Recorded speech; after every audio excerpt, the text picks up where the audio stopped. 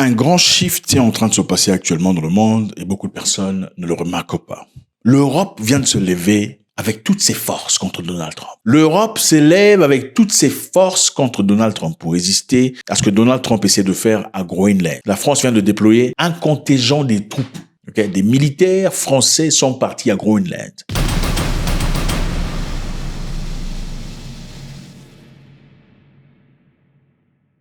Emmanuel Macron se lève en guerre contre Donald Trump. Je ne pensais pas qu'on aurait vu ces genres d'histoires se passer, mais c'est incroyable.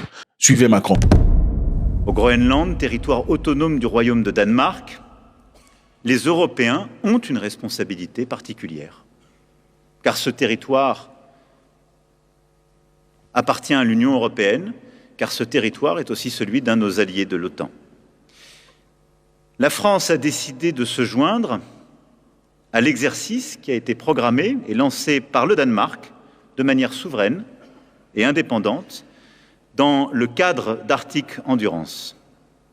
Une première équipe de militaires français est déjà sur place et sera renforcée dans les prochains jours par des moyens terrestres, aériens et maritimes. Les amis, la France a déployé un contingent de troupes à Groenland dans le cadre d'exercices militaires conjoints alliés à l'OTAN. C'est important de le retenir. La France vient d'envoyer une forte délégation de militaires pour défendre Groenland. Combien de militaires ont été envoyés à Groenland pour résister à l'armée américaine?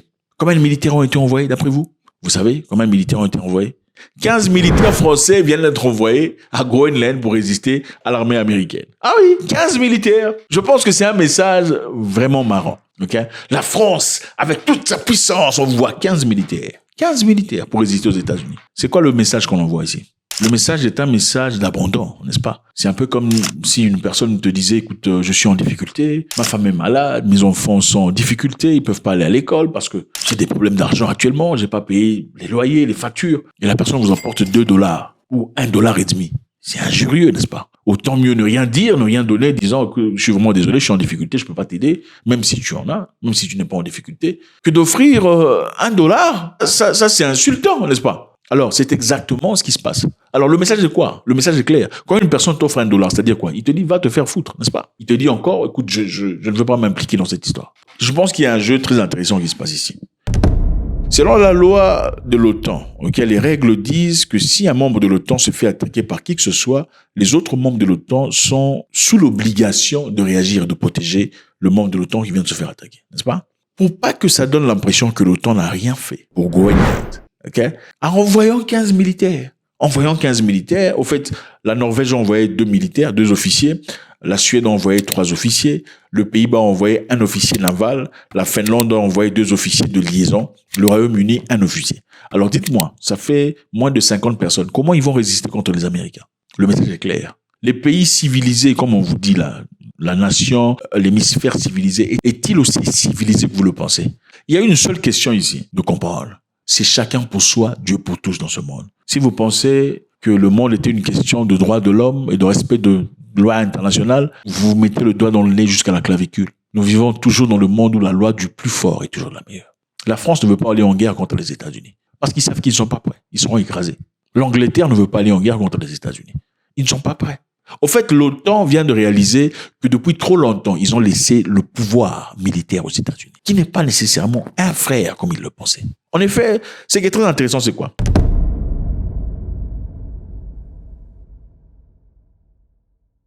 Au-delà des troupes françaises, la France vise à accroître ses dépenses militaires à 36 milliards d'euros. 36 milliards, Macron disait, avec emphase, parce qu'ils réalisent combien ils sont restés en arrière, combien ils ont laissé leur destin entre les mains des États-Unis. 36 milliards d'euros de 2026 à 2030 sera plongé dans l'armée française pour développer ce qui est de très important pour eux. Les missiles balistiques, les missiles hypersoniques et tout le bazar. Parce qu'ils sont en retard. La France n'a rien à dire aujourd'hui, contrairement à ce qu'ils pouvaient faire dans le passé. Et ce n'est pas seulement la France, il y a l'Allemagne, il y a l'Angleterre, il y a d'autres. Ils ont laissé toute leur défense entre les mains des États-Unis d'Amérique. Alors,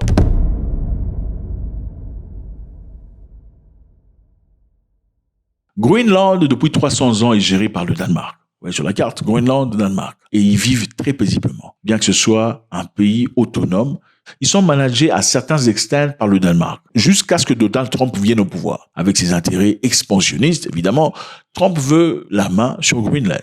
Si nous n'intervenons pas, la Russie et la Chine interviendront et le Danemark ne pourra rien y faire, mais nous pouvons tout faire. La raison pour laquelle ils veulent Greenland, c'est pour la sécurité nationale, national security, la protection existentielle des États-Unis. Est-ce vrai ou pas? Ils disent, vous allez choisir soit c'est nous, soit les Russes. Mais la réalité est que les États-Unis et Greenland ont un accord depuis 1951. Il y a une base militaire américaine sur Greenland. Mais ce n'est pas ce que Trump veut. Trump veut l'entièreté du continent. Il a même sollicité de l'argent. Il a dit, les États-Unis étaient prêts à acheter Greenland à 50 milliards de dollars. Les Greenlandais ont dit non, on ne veut pas. Le Groenland ne souhaite pas appartenir aux États-Unis. Le Groenland ne souhaite pas être gouverné par les États-Unis. Affirmer que le Groenland ne fera pas partie des États-Unis. Nous allons conquérir des terres. Nous ne pouvons que sortir ensemble. Aussi, selon le Danemark, nous choisissons le Groenland tel que nous le connaissons aujourd'hui, qui fait partie du royaume du Danemark. Face à la crise géopolitique actuelle, si nous devions choisir entre les États-Unis et le Danemark, nous choisirions le Danemark. Nous choisirions l'OTAN. Nous choisirions le royaume du Danemark. Nous choisirions l'UE. Non, tu veux d'une femme, mais la femme ne veut pas. Et tu dis, tu vas la prendre de force. Et si ses frères sont là, tu vas les tabasser parce que je t'ai des muscles. C'est ça. Je vais vous rappeler une chose qui est très importante. Vous savez, il y a très longtemps en Europe, les gens s'est massacrés entre Européens. Vous savez cela? On se tuait comme pas possible. Les Français contre les Anglais contre les Allemands contre les Autrichiens, les Italiens contre... Massacre sur massacre en Europe.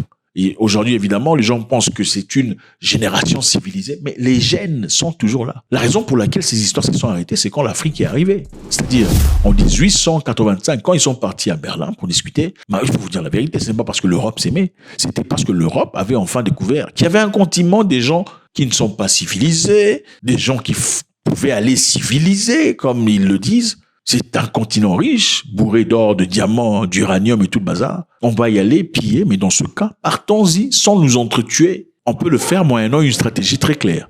Chacun prend une partie du continent et ne s'occupe pas des affaires d'une autre partie du continent. C'était ça le jeu. Mais avant ça, c'était le massacre total. Parce qu'avant cela, ils étaient où? En Inde. Ils ont tué des Indiens. L'Europe a tué des Indiens. Pourquoi? Parce qu'on voulait les richesses des Indiens. La Grande-Bretagne est partie en Chine. À l'époque, ils vendaient l'opium aux Chinois. L'opium, c'est une drogue addictive. Et les Chinois commençaient à tomber de partout parce qu'ils étaient complètement dépendants de cette drogue. L'empereur, à l'époque, qui dit non, nous ne voulons plus cette histoire. L'Angleterre emmenait l'opium et retirait de la Chine du thé et beaucoup d'autres histoires. Okay? L'empereur, à l'époque, dit on ne veut plus de cette présence d'opium dans un autre pays. On ne veut pas. Au lieu que la Grande-Bretagne dise, ok, d'accord, pas de souci, comme vous ne voulez plus, on va arrêter. Ils sont partis faire la guerre. Avec l'aide de la France.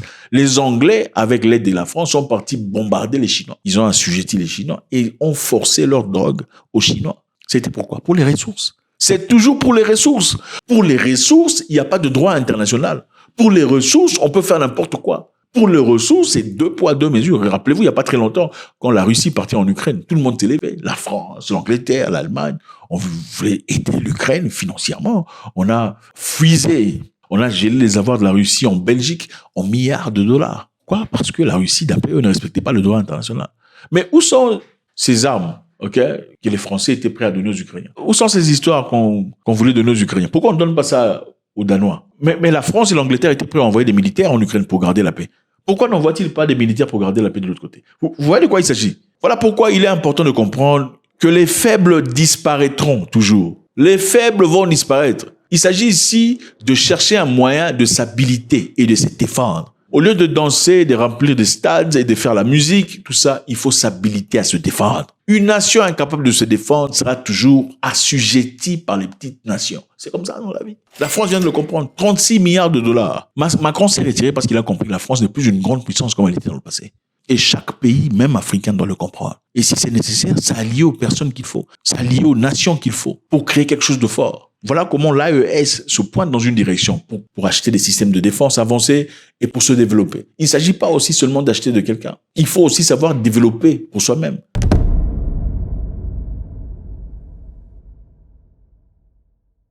Rappelez-vous que l'OTAN achète ses armements principalement d'entreprises américaines. Donc, quelque part, ils sont assujettis. Enfin, chaque membre de l'OTAN est obligé de dépenser un certain pourcentage de son PIB pour acheter les armements pour interopérabilité comme membre de l'OTAN. Beaucoup de pays ont arrêté de produire leurs propres armements. C'est-à-dire, tu as fait confiance en quelqu'un un peu trop, jusqu'au point où maintenant tu te rends compte que la personne à qui tu as fait confiance peut se tourner le dos vers toi. Et ceci veut dire qu'il ne faut pas essentiellement se tourner vers la Chine ou la Russie à 100%. Il faut investir.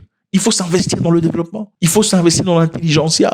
Il faut envoyer les enfants à l'école. Il faut envoyer des gens pour faire de recherche. Il faut développer. Il faut financer la science pour devenir indépendant. Faites-moi savoir ce que vous en pensez. La France envoie 15 militaires en Groenland pour aller protéger les Groenlandais contre les Américains. Voilà.